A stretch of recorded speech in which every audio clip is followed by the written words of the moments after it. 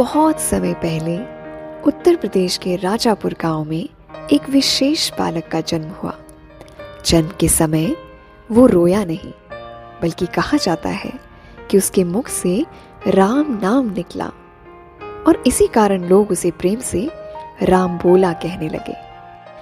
गलत ज्योतिषीय भय के कारण उसके माता पिता ने उसे छोड़ दिया, लेकिन एक दयालु संत नरहरिदास ने उस बालक को पाया, उसे अपनाया और अपने शिष्य के रूप में स्वीकार किया।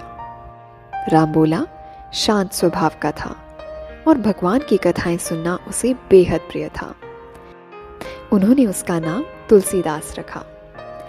बड़े होने पर तुलसीदास का विवाह रत्नावली से हुआ। वे उनसे अत्यंत प्रेम करते थे। एक बार अंधेरी और तूफानी रात में वे उफनती नदी पार करके उनसे मिलने पहुंचे। ये देखकर रत्नावली ने कहा कि यदि भगवान राम के प्रति भी उनका इतना ही प्रेम होता तो वे निश्चय ही निर्भय और महान बन जाते। ये शब्द तुलसीदास के हृदय को छू गए और उनका जीवन बदल गया। तुलसीदास ने संसार का त्याग कर अपना जीवन भगवान राम की भक्ति को समर्पित कर दिया।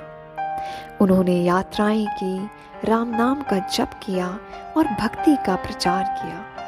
भगवान राम की कथा को सभी के लिए सरल बनाने हेतु उन्होंने अवधी भाषा में रामचरितमानस की रचना की और उन्होंने हनुमान चालीसा भी लिखी। एक बार एक राजा ने उनसे चमत्कार दिखाने को कहा। मना करने पर राजा ने उन्हें कारागार में डाल दिया।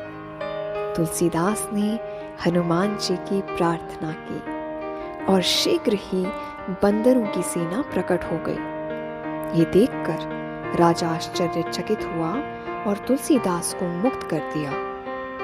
ऐसा भी माना जाता है कि तुलसीदास को चित्रकूट में भगवान राम के दर्शन हुए।